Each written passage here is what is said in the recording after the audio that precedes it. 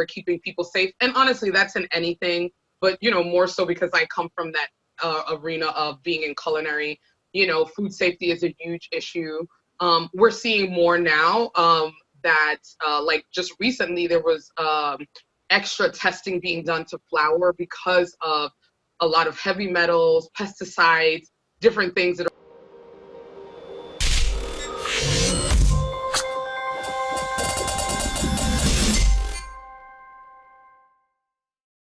Hey, it's Kellen, and today on Diversified Game, I have Angie Willoughby, aka the Green Baker, out of Palm Beach County, Florida.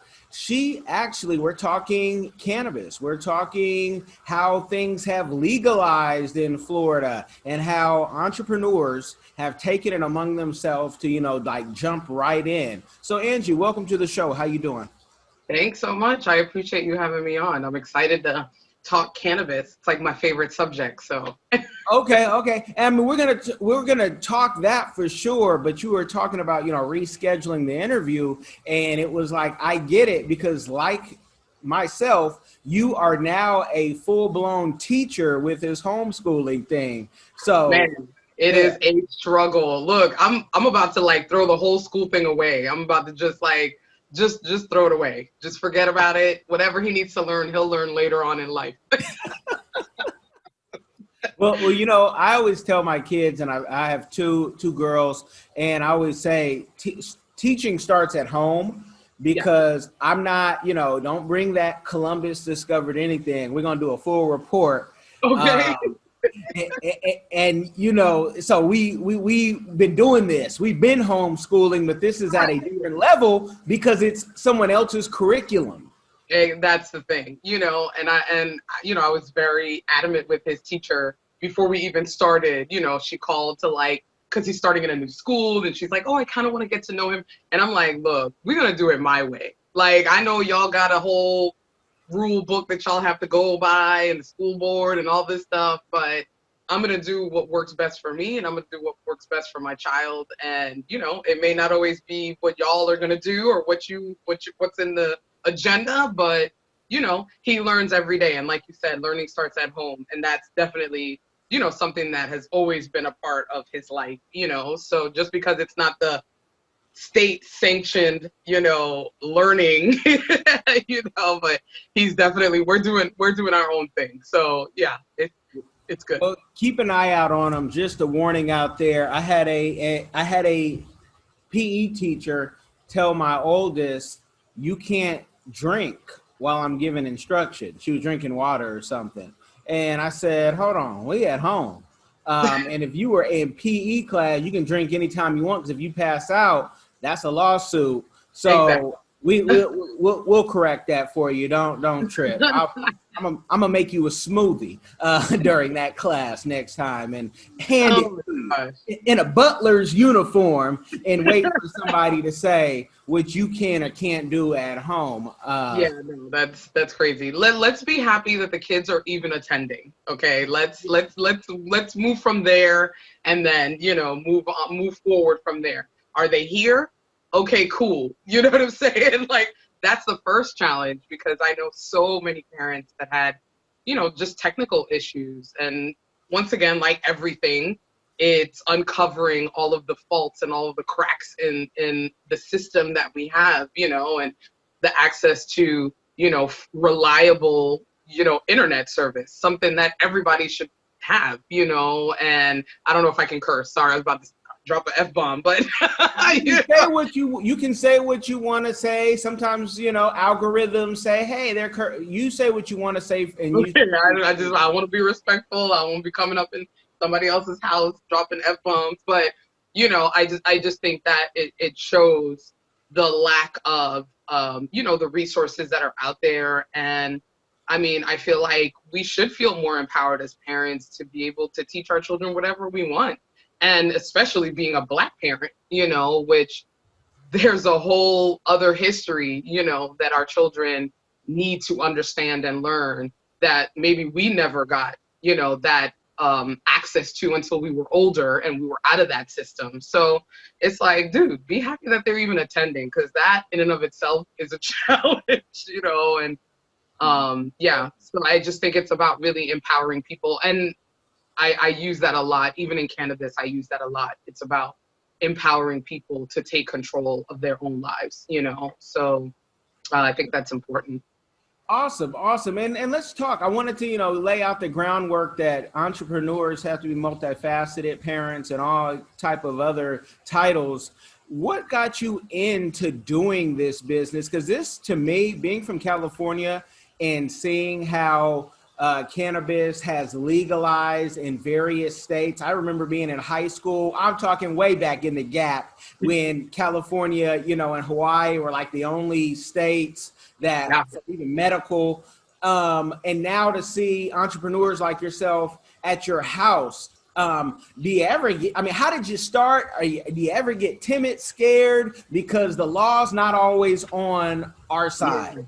Yeah, it isn't. It isn't. And especially being a Black woman, it's there's a whole other level of, kind of hesitation. And I think that that's why so many of us who look like me and look like you, are very hesitant to even get into the legal side of it, because it's just history. History has, really shown us that we're not always given the benefit. We're not always given the, not only the tools and the access and the capability to do it, but we're usually at a deficit, which makes it even harder and even worse, And so, yeah, there's definitely hesitation, especially in the beginning, because I have a family, because I have, a child, I have a wife, I have partners, and so I think it was more so, we know that this is happening. We know that we know legalization is going to happen, like full legalization. We know it's going to happen. We just don't know when. We don't know what it's going to look like, how the powers that be are going to lay out those rules, right? But I think it is so important, after getting over that fear and talking to my family, and my parents know what I do. They're 100% supportive. Because honestly, at the end of the day, when I wasn't thinking about the popo, I was thinking about my parents. And like, what were they going to say? Like, oh, their daughter's, in weed. And, my parents are of that era, where it was DARE, and it was, the crack epidemic, and it was, that's a drug. You stay away from it. That's, that's a gateway, that's the first step into becoming an addict, and so I had to battle with their preconceived and what they were indoctrinated into, and now they're my biggest supporters. And so once they got on board, and once I realized that some of us have to take that step, so that way the rest of us know that it's okay, then I was like, fuck it. I'm like, I'm doing it, and I think there's a fear with any sort of entrepreneurship, but even more so when it is in such a gray area like cannabis is. But I think representation is important. Seeing people out there doing it is important, that they know, okay, all right, if Ange is doing it, then maybe I can get into this. Maybe I can do this, because I'm gonna tell you right now, the people that are running the show here in Florida are going to make it as difficult as possible. And I'm sure that's in other states also. They're making it as difficult as possible, to have any minorities get into this game. The financial barriers, the legislative barriers.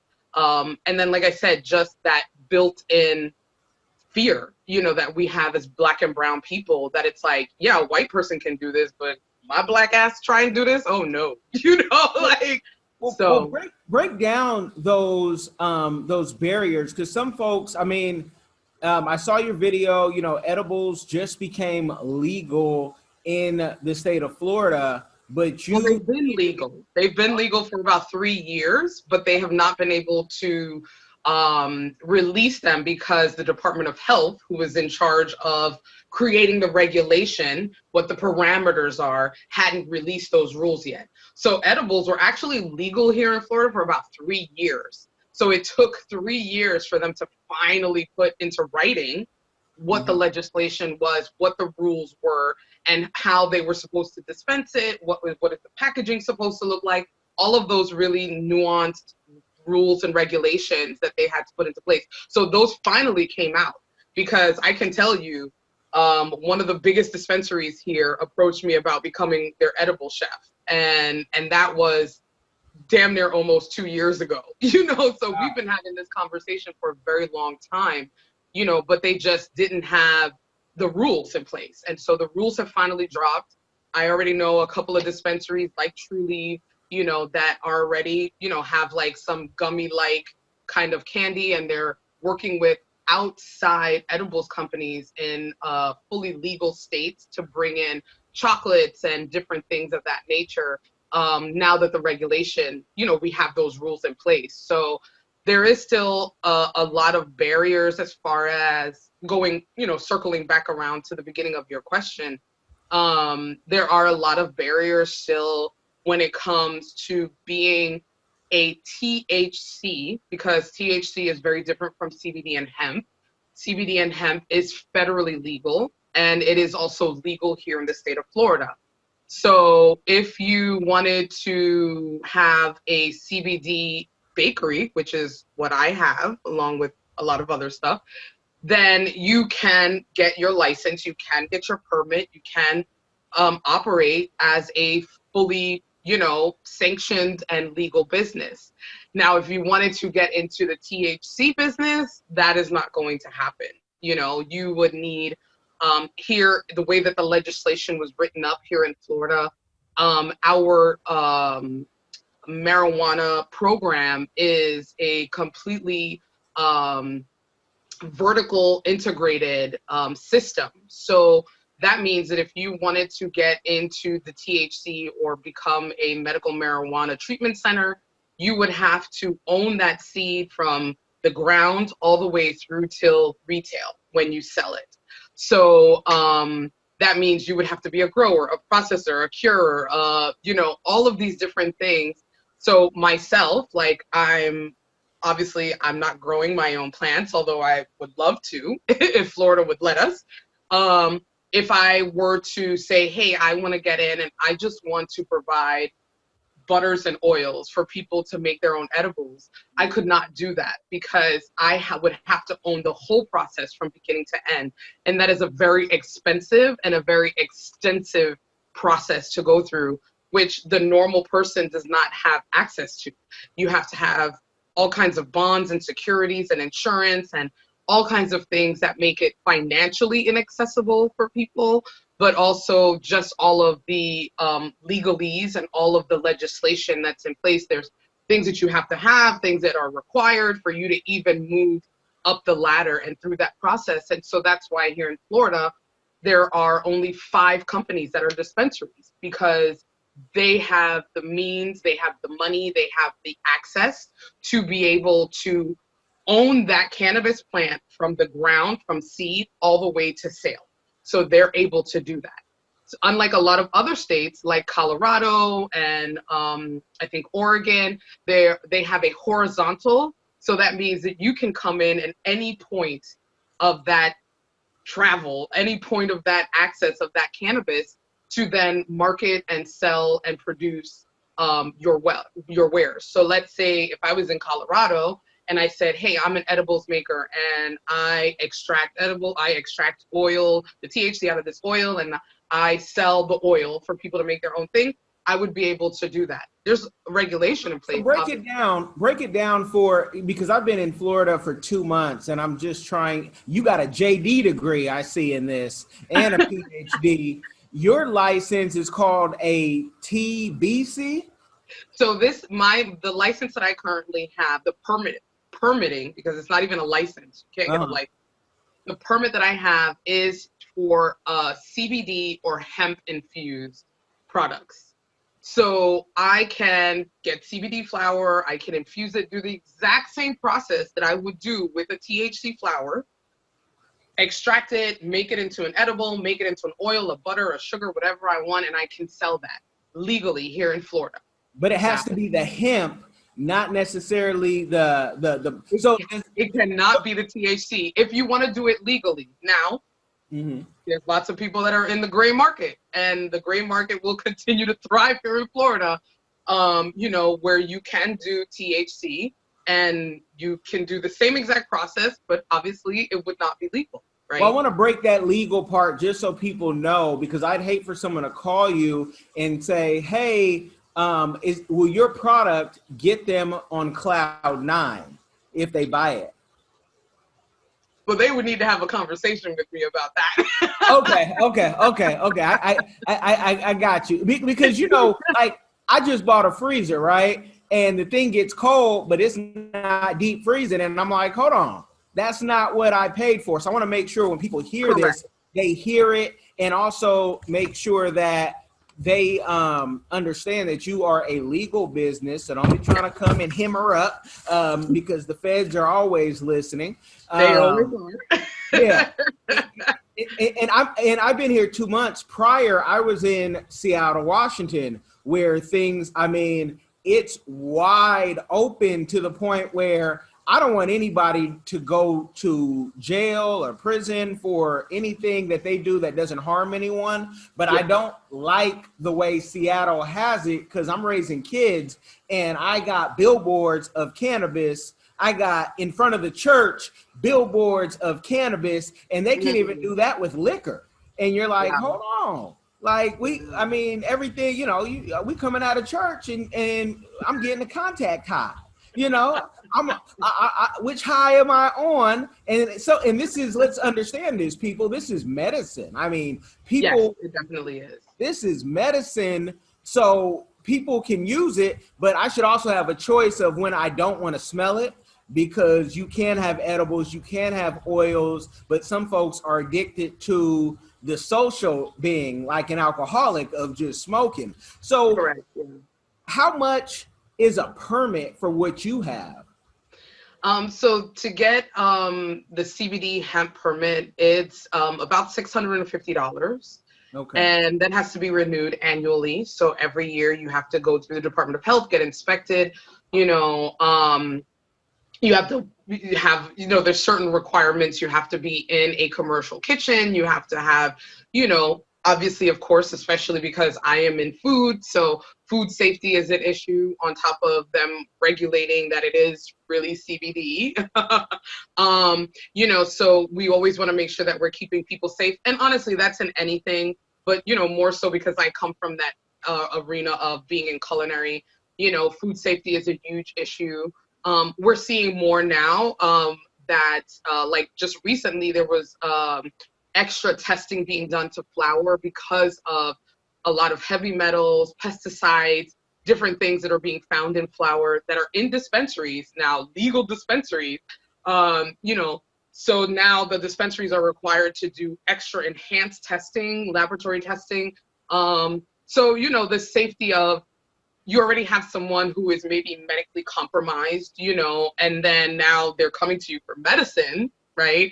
And that medicine then contains heavy metals or pesticides or things that can really exacerbate an illness that someone might have. So, we're still in the infancy stage here in Florida. The medical marijuana, cannabis is very, very new, especially compared to states like California and states like Colorado, and these states that have for decades had a medical marijuana program in place. We are just starting here in Florida, so things are still very new. We're still learning a lot, and trying to kind of understand, what does that look like? We don't want to necessarily be California, right? We have to be Florida. We have to cater it to what Florida looks like, who we are, what we're about, but there are a lot of things that we can learn from those legalized states, and how they're doing things, and bring it over here and cater it to what it is that the patients need here in Florida. there is this, getting into CBD and hemp, especially I always advocate for Black and brown people to get into that arena, because we already kind of know that the medical marijuana side is completely hemmed up until they change any sort of regulation, which I don't see them doing that anytime in the near future. Or unless we get fully legal, full recreational, marijuana program. But, hemp and CBD are incredible markets for my brothers and sisters to be in, because that is the market after they kind of saw how they kind of jacked up the medical marijuana side. We had some really incredible, politicians get elected into office, like Nikki Fried, and and then Nikki Fried brought in Holly Bell, and they took their time to really structure the CBD and hemp bill here in Florida a lot differently than the medical marijuana side. And so they listened to people, they listened to what went wrong, what was happening with the medical marijuana side, why people were frustrated and upset about it. And they really, really made a very conscious effort to make it more accessible. So I would encourage anyone that is, here in the state of Florida, at least, other states, of course, legislation is very different. Every state is different. So please do your research. But here in the state of Florida, I encourage Black and brown people to get into the CBD, agricultural hemp, and industrial hemp industries here. It does cost money. It is an expense, it's not like, you can just throw a couple dollars at it. It is a process, but it is much more accessible, and not to mention much more wealth generating than the medical marijuana side, right? Because we know hemp could be used for a myriad of different things. And especially because of the way that our world is going, trying to not rely so much on fossil fuels, trying to get away from plastics, trying to get away from all of these different things, hemp is going to be the next clean energy. And if we can get into it now, before everyone else kind of gets into it and kind of like muddies the water, then I feel like that is going to be the most profitable and the most generational wealth creating that we can do within the cannabis space. Yes, it's not your normal get you high weed that most of us are in or want to be in, but it is a very practical way to get into this industry. There is so much that we do not know about cannabis still. There is so much research that hasn't been done because it is still a Schedule I drug. That this is really, I feel like, our opportunity to stake our claim, and really get into this industry in a way that is going to create wealth, not only for ourselves, but also try to counterbalance, that war on drugs. That social equity piece is really important. So we need to get in and get our chunk of this. We're due it. We are owed it, and so the more that we can have more of us in this industry, I feel like that is us getting what we deserve, Yeah, and I think, organization, I mean, I already know who the president can be of that to get the people in. And, you mentioned, Commissioner Nikki Fried, who, I'm just learning all this, and I'm seeing how she's like, I'm going to make sure that you can have your card and keep your concealed carry. And, I know truck drivers were concerned, can they still do their, CDL and, Yeah. and just to have a whatever a normal life is. Have you found yourself having to like meet politicians? Like, did you have to meet Nikki, or do you know her and other politicians, and how has that benefited you? Yeah, definitely. I feel like when I first started this journey, 2 years ago, it's crazy how you start things and you don't know where the road is going to take you. And so, I started my business kind of with one thing in mind, like, oh, I'm just a chef. I've been a chef for 20 years. That is where my strength is. That is my training. That is my, and so I'm like, I'm going to take what I know, what I've learned, and use this in cannabis, and so that's what I started doing. And so I kind of just had this kind of like one vision in mind. And as I evolved and started to grow my business, and I started to begin to see the lack of education that was out there for my customers, the lack of representation that was out there, the fact that, first of all, I was scared to get into an industry, because of who I am, and so all of these things kind of created this like momentum. And once I was in this industry, I began to realize that you cannot be in this industry in any way, shape, or form unless you are willing to advocate. You cannot. You cannot be or say that you are an equitable cannabis business if you are not thinking about the social injustice, the social equity, the reparations, and the advocacy and education that is needed in this industry. So that then became my everything. I was like, wait, I can't be in this industry and people are completely ignorant to what is going on. I can't be in this industry and be the only brown person in a room full of white people. I can't be in this industry trying to get ahead, trying to create wealth for myself and my family, and forget about the hundreds, thousands of people that are in jail doing the exact same thing that people are getting paid money to do. I couldn't possibly see myself being in this industry and not address that in some way. Can you And break the so, money down? Because you want people to get in this, but until sometimes they see you in a Rolls Royce or whatever they envision, they're not going to be like, I don't know what. I'm not gonna afford escape, people. I ain't rolling like that yet, but Yeah, but what is the realistic, income potential, and also let them know what they're going to have to invest. You're going to have to invest X amount of dollars minimum to even make this many dollars. I think with any sort of industry, when you become an entrepreneur, you're crazy. That's number one. But you're a good crazy. But you really take the cap off of that per hour, right? You no longer want it to be tied to whatever a person, an industry, organization felt like you were worth, right? So I understand that with any business, there needs to be an investment. You need to invest in that business.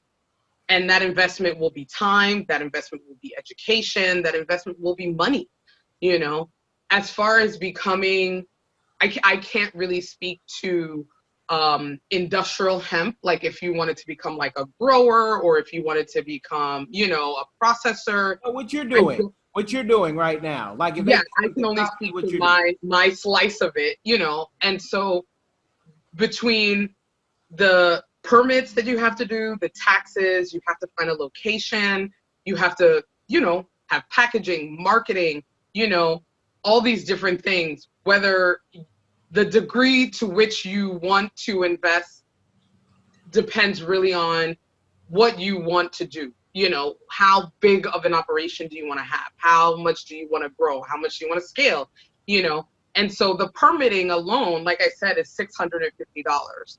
Then you have your additional, you have to find a space that you can work out of because you cannot do it from your home. And that was one of the first questions that I posed to Nikki Fried and Holly Bell when I, started on this journey, because here in Florida, there's cottage food law. So you're able to produce certain things within your home as long as you're not making a certain amount of money.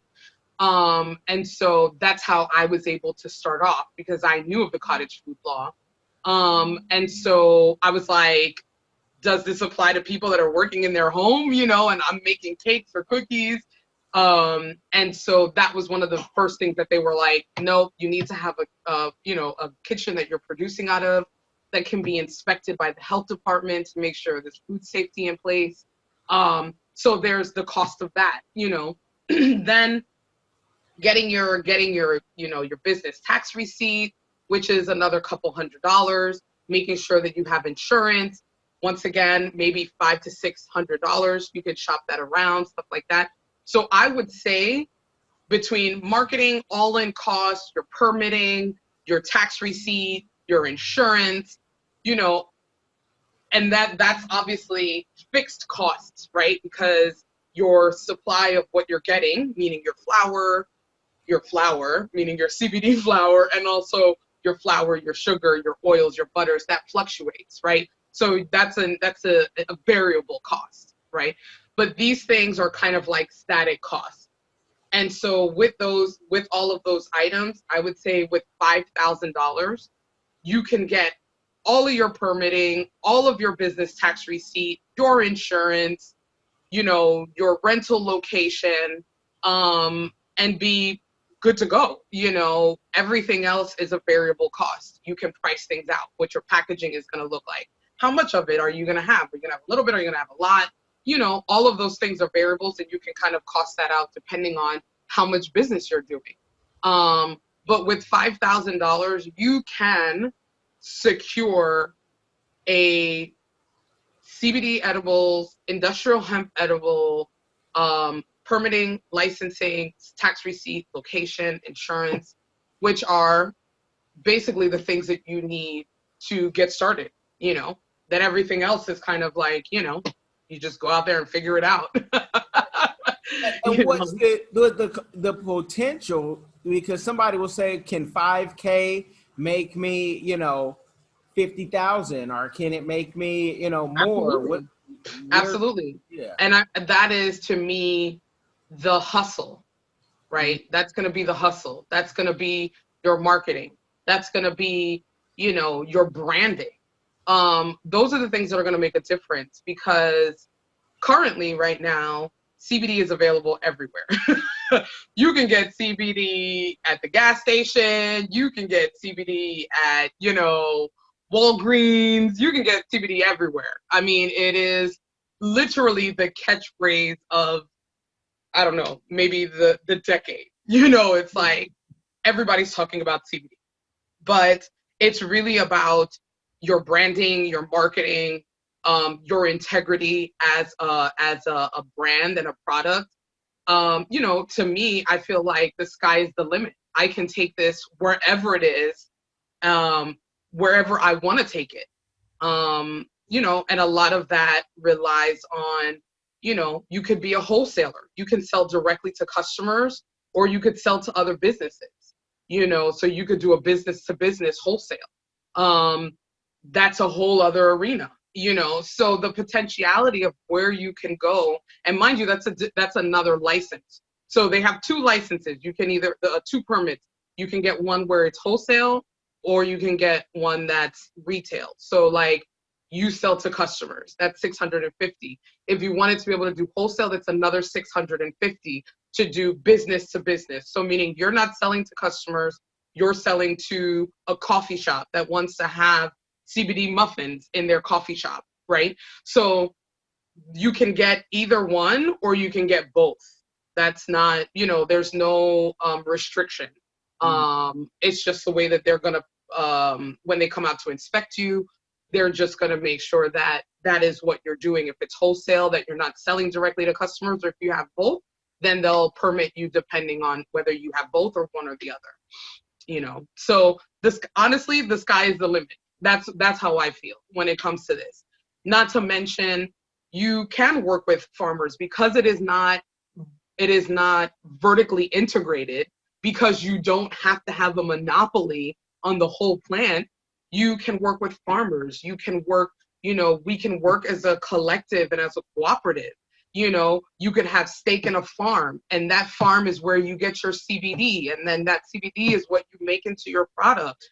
So there is, because of the very wise choices that Nikki Fried and Holly Bell did, which I was able to meet Holly Bell on one occasion in Orlando, and she understood. I voiced my concern. I was like, this is ridiculous. Like, the medical marijuana program has completely locked hundreds and hundreds of people out of the running, to be able to get into this arena. And, and she literally said to me, she was like, we are going to work really hard to get this hemp program in place. And she's like, and that is where you guys will be able to really come in and be able to thrive. And, she really stuck by her word and absolutely did that, and I commend them for taking that heat, because there were a lot of angry people, and there still are a lot of angry people of how, the medical marijuana program got started here in Florida. But, I think that is, once you are in this arena, there are so many avenues that you can take. There are so many ways to collaborate and build cooperatively in this arena. And because it is not vertically integrated, it's horizontally integrated, you can come in just one area. If I wanted to say, look, all I want to do are edibles, I don't want to think about a farm, I don't want to think about where my seed's coming from, I can totally do that. If I decide, hey, well, now I want to stake in a farm, and I want to, have invest money back from my business that I'm making edibles back into the farm that makes my CBD flower, I can totally do that, because there is none of that vertical integration. So I could be in the farming and also in the edibles, literally, you've met with politicians, and maybe you've gone to some of the fancy, expensive dinners. How does somebody get involved and even find out about those, dinners and those conferences? Also, too, let us know if you've had any legal issue, because, sometimes there's, the feds have a different idea of how this thing is. Yeah. So, how do people find out and get into those ties so they can, get tied in if they want to get into it? Yeah, absolutely. I mean, there's a lot of really great organizations. Florida Can is one of them. That's FLCAN. They do a lot of lobbying in Tallahassee. They keep people kind of up to date with what's going on here in Florida in the cannabis industry. So Florida Can is one of them. The Florida Hemp Council is really great. They are super informative. They have meetings on a regular basis. The Florida Hemp Council. There are honestly tons of resources. Minorities for Medical Marijuana is another really great, organization. They have chapters all over the United States. They have a chapter here in Orlando. So there are some really incredible resources if people want to get involved.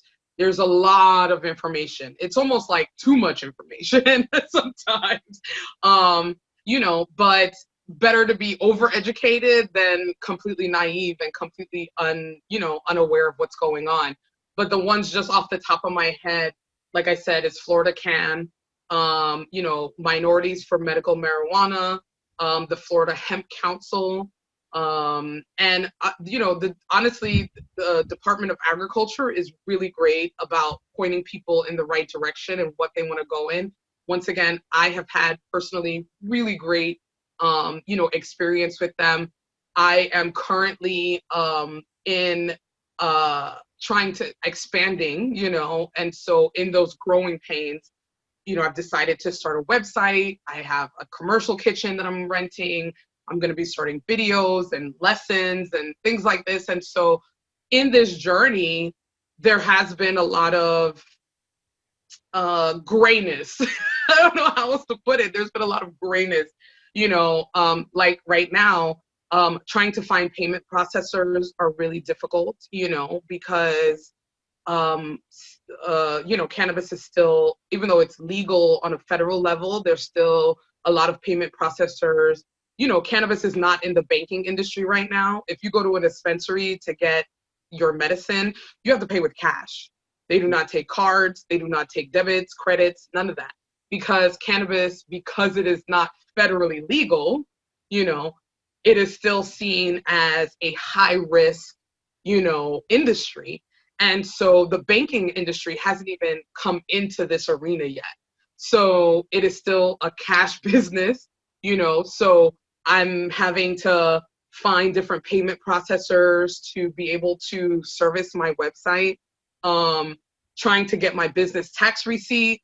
Right now, the zoning department called me this morning. They called me and they were like, we're trying to find the regulation where it says that this is legal and we can't sign off on this because we don't know, is this THC? Is it CBD? What, and I'm like, I will send you the regulation. I will send you my permitting. I will send you, so because we are the pioneers, we are really the trailblazers in this state, things are not 100% familiar yet, and so that takes this extra work, that takes extra steps because people are still so jumpy about it. People are still so sketchy about it, and so those are things that you have to be very aware of if you're coming into this industry. Give yourself time.